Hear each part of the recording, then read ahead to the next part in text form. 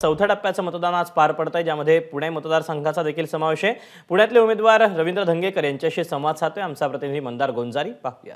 रवींद्र धंगेकरांचं आयुष्य आणि पुण्याचं राजकारण त्यासोबत गेल्या काही दिवसांमध्ये मोठ्या प्रमाणात बदललंय। माजी नगरसेवक असलेले रवींद्र धंगेकर एक वर्षाच्या आतमध्ये आमदार झाले आणि आता खासदारकीच्या निवडणुकीमध्ये अगदी जवळ पोचलेले आहेत। त्यांच्या पत्नींकडून औक्षण होते। रवींद्र धंगेकर आणि प्रतिभा धंगेकर मतदानासाठी बाहेर पडतायत। रवी भाऊ, एक वर्षाचा सगळा हा काळ आहे आणि खूप सगळं बदलून गेलंय।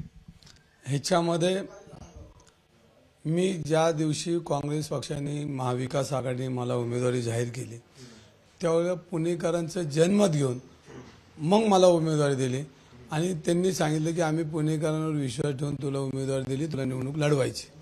आणि त्यानंतर मी तयारी केली असताना पुणेकरांच्या घरोघरी गेलो, विधानसभेत फिरलो, लोकसभेतल्या प्रत्येक विधानसभेत फिरलो आणि लोकांनी प्रचंड प्रमाणामध्ये आशीर्वाद देताना दिसत होते। आणि त्यांची बोली भाषा आपल्याला 10वी निवडणुकीत लगेच कळते की त्यांचं काय म्हणणं आहे। आणि या सगळ्या म्हणण्याचा सारासार विचार केल्यानंतर मला पूर्णपणे विश्वास झाला की पुणेकरांचा उमेदवार रवी धंगेकर हा लोकसभेत गेल्याशिवाय राहणार नाही। एक नेहमी बोललं गेलं की तुमची लोकप्रियता आहे, मात्र यंत्रणा म्हणजे भारतीय जनता पक्षाचे 100 नगरसेवक, अजित पवारांची त्यांना मिळालेली रसद आणि काँग्रेसचे जेमतेम 9-10 नगरसेवक, तर हे सगळं कसं जुळणार आहे? बघा, निवडणुका खऱ्या अर्थानं महानगरपालिकेच्या 2 वर्ष निवडणुका झाल्याच नाही, त्यामुळे त्या नगरसेवकांचा किती वार्डात प्रभाव आहे हा महत्त्वाचा भाग आहे। आणि ह्याच्यामध्ये आमचे महाविकास आघाडीचे कार्यकर्ते रस्त्यावर काम करतात, शिवसेना आमच्याबरोबर आहे, राष्ट्रवादी, आप ही सगळी लोक काम करणारी लोक समाजामध्ये जाणार आहेत, सातत्यानं समाजाच्या विषयावरती बोलतात, लोकांना मदत करतात। त्यामुळे हे नगरसेवक सगळे घरी बसलेले होते, त्यामुळे त्याचाच फायदा मला 100% होईल। आणि माझ्या विधानसभेत बघितलं असेल की सगळे नगर भारतीय जनता पार्टीचे, तरी मला प्रचंड प्रमाणामध्ये लोकांनी आशीर्वाद दिले, आजही आशीर्वाद देताना दिसतील आणि प्रचंड बहुमताने मी निवडणूक जिंकणार हा माझा विश्वास आहे। प्रतिभाताई, कितपत विश्वास आहे? म्हणजे निवडणूक म्हटली की एक धाकधूक असते, यावेळी काय तुम्हाला वाटतंय? म्हणजे रिलॅक्स दिसताय दोघं? हो, मी गेली 55 दिवस प्रचार करत होते, सगळ्याच कार्यकर्त्यांना भेटले, म्हणजे महाविकास आघाडी असेल, आप असेल, बऱ्याचपैकी संस्थांच्या लोकांना मी भेटले।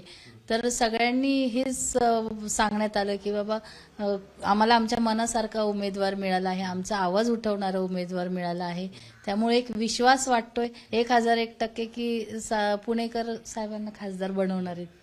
शेवटचा प्रश्न की पुण्याच्या मतदानाचा जो टक्का आहे तो इतर मतदारसंघांपेक्षा नेहमीच कमी राहिला आहे। इथले मतदार बऱ्याचदा उदासीन असल्याचं लक्षात येतं। आज पावसाची शक्यता हवामान विभागाने वर्तवलेली आहे, तर अधिकाधिक लोकांनी मतदान केंद्रांपर्यंत पोहोचव यासाठी काही तुम्ही वेगळं काय करताय? खऱ्या अर्थानं पुणेकरांना मी आव्हान करेन, ऊन वारा पाऊस याला विरोध करून आज लोकशाही टिकवण्यासाठी आपल्याला रस्त्यावर यावं लागेल, मतदान पेटीपर्यंत जावं लागेल आणि ज्याला मतदान करायचं शून्य उमेदवार त्यांनी मतदान करावं, पण मतदान पेटीपर्यंत त्यांनी गेलं पाहिजे। आणि खऱ्या अर्थानं लोकशाही टिकवायची असेल तर मतदार राजा हाच ही लोकशाही टिकू शकतो आणि त्याचे पूर्णपणे अधिकार ह्या पुणेकरांनी मतपेटीपाशी जाऊन गाजवावेत आणि हुकुमशाही जिवंत ठेवण्यासाठी त्यांनी प्रयत्न करावे। जे तक्रार तुम्ही काल रात्री केली होती त्या तक्रारीचं पुढे काय झालंय? मी नितीन कदम तक्रार करून 2 तास झाले, एकही पोलीस त्यांना मदत करत नव्हतं। पुणे शहरामध्ये प्रचंड प्रमाणामध्ये जो पैसा वाटप होते ज्या क्लिपा बी आल्यात, त्या क्लिपा बी आम्ही पोलिसांना दिल्या आणि काल लोकशाही पद्धतीनं मी आपलं आंदोलन केलं। त्यानंतर पोलिसांनी फौज फाटा अख्खा मतदारसंघात लोकसभेत पाठवला आणि बऱ्यापैकी भारतीय जनता पार्टी चुकीच्या पद्धतीच्या निवडणुका करत असताना जो भ्रष्टाचाराचा पैसा आज काल वाटताना दिसत होता आणि हा भ्रष्टाचार ज्यांनी केला तो पैसा काल आम्ही पकडला, पोलिसांपर्यंत नेऊन दिला, पण पोलीस शेवटी भारतीय जनता पार्टीचे ऐकणार आहेत आणि ते कुठलीही कारवाई करताना दिसत नाही, कारण ते खोटं आणि खोट्याचं खरं, खऱ्याचं खोटं करणारे पोलीस खाते ते पूर्णपणे भारतीय जनता पार्टीचं अजेंडा राबवतात, म्हणून आम्हाला त्या ठिकाणी आंदोलन करतो। तर रवींद्र धंगेकर त्यांच्या पत्नींसह पुण्यातील त्यांच्या मतदान केंद्रावरती मतदान करण्यासाठी निघतायत आणि आज दिवसभर पुण्यातलं जे काही राजकारण आहे मतदानाच्या निमित्ताने खूप सगळं जे आहे ते ढवून निघणार आहे. कॅमेरामन अमोल गवाळेसह मंदार गुंजारी, एबीपी माझा, पुणे. एबीपी माझा, उघडा डोळे बघा नीट.